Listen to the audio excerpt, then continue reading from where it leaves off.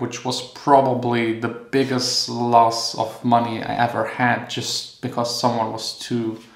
I don't know what was wrong with that guy. And now I'm standing here again, here again, here again, here again, here again, here again,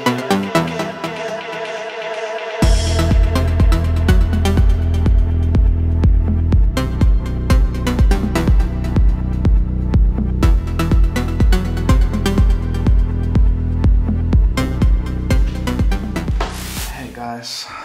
Probably the worst hangover ever, but it's definitely worth it. Yesterday was so much fun. Everybody's fucking down. The only downside, headache, my ears are like completely destroyed. It was so extremely loud. There is no way I can make music, listen to music today, or do anything that has to do with it. Another really big bummer, the Nutella is all gone. So, you know what, actually I think there's maybe still a little left. Just have to be creative. That's definitely working. Feeling already a lot better. Stuff is like medicine. Now it's empty. You know, I actually planned to just stay here on the couch for the entire day, but Vanessa requested to go outside, and as you know, I have this one rule to go outside at least once a day, no matter what happens, just to get some fresh air. Today it's really hard for me, but I hope my favorite sushi socks will help me a little. And what did you do yesterday? Talk. Watch a movie, brew a smoothie. It was a good decision. I know. I mean, the party was sick. At least you don't have the headache. Well, I do have headache, but... Headache without the party.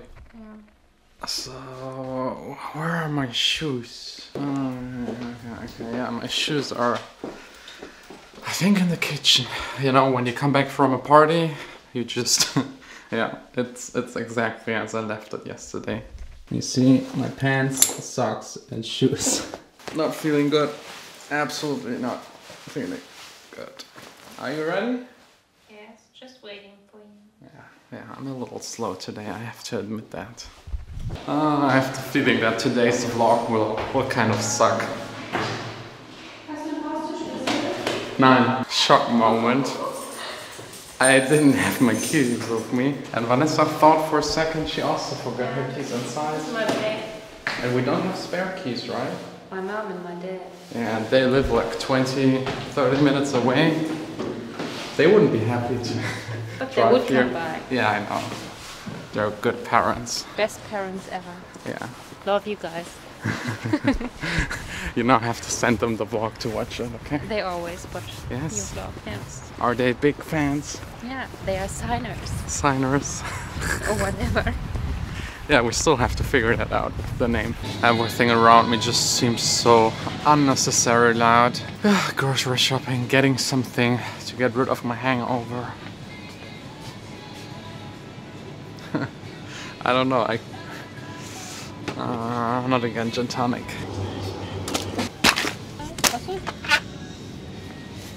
I don't know why, but the grocery shopping feels a lot heavier than usually. How do they call these YouTube when they go somewhere and buy stuff and then show everyone what they bought? YouTube haul? Oh yes, we did a haul, a hangover haul. Soft toilet paper, just for you. Yeah, thanks. Of course, pickles, something very German, Weinsauerkraut. And then basically the same thing, just different. Salad? Yeah, Krautsalat. And some Coke. I don't know, Coke really always helps me, especially if it's cold. And the rest is just boring.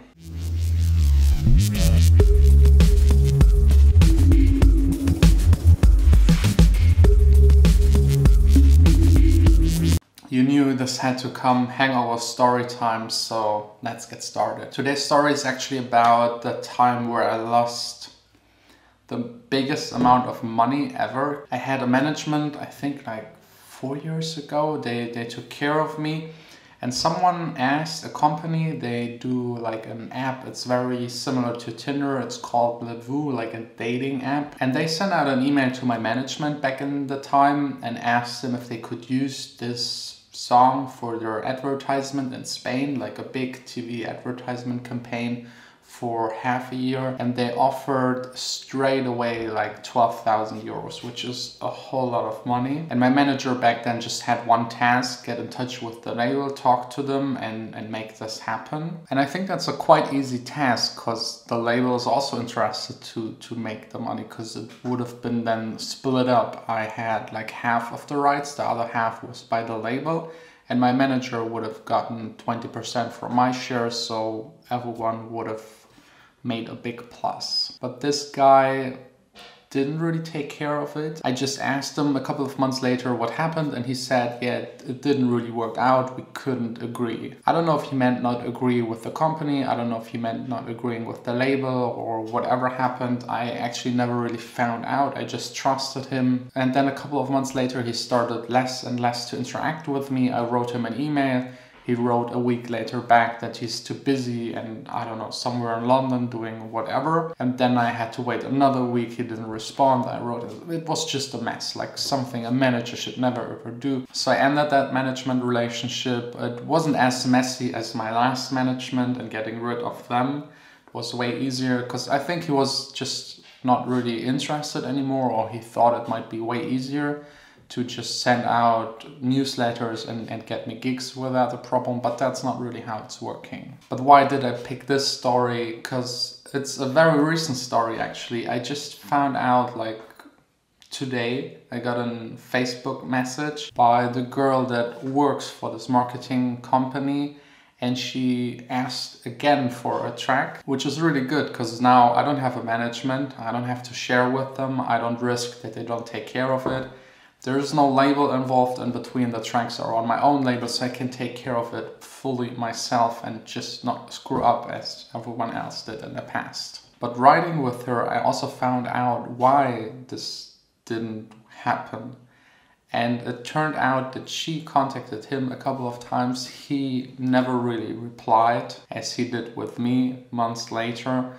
So at the end, this entire deal, and she said she was very interested, they even had like raw video clip material cut onto my track, so it was pretty advanced. She was just angry about him not responding back, and then they just picked another track. There's not really anything I can do about it. The only thing is, when stuff like that happens, is to learn from it, and I definitely learned in the music business, which is like a monkey business full of people that just think of themselves, that are thieves, that just do not do their jobs, that are not reliable. I learned that I have to take care of the things myself as much as possible. And even if I ever have a management again, or a booking agency, or anyone working with me, I will always control them and check that they're doing their job. There is no way that you as an artist just make your music, just DJ, travel around the world, and that you have other people in the background doing everything as you would do it.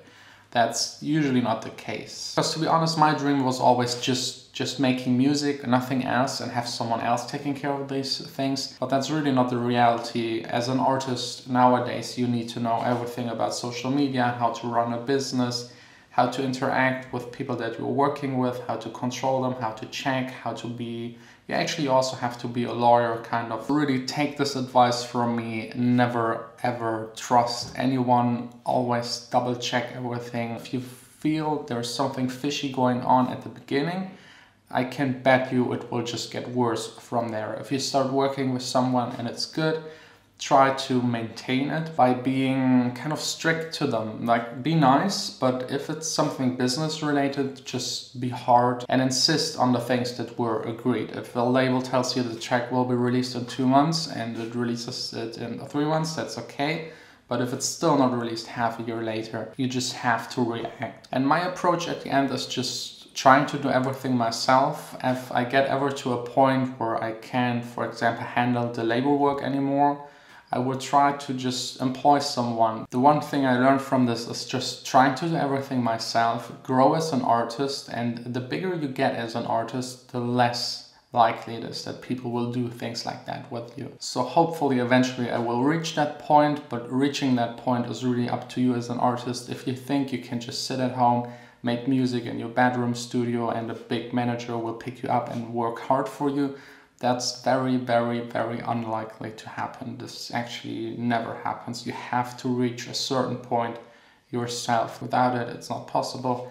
And that's kind of my goal for the next year, to get to this point where I'm a little bit more established as an artist and people will stop screwing with me. But yeah, that's already it for today. Now just back onto the couch, relaxing, recovering, and we will see us tomorrow again.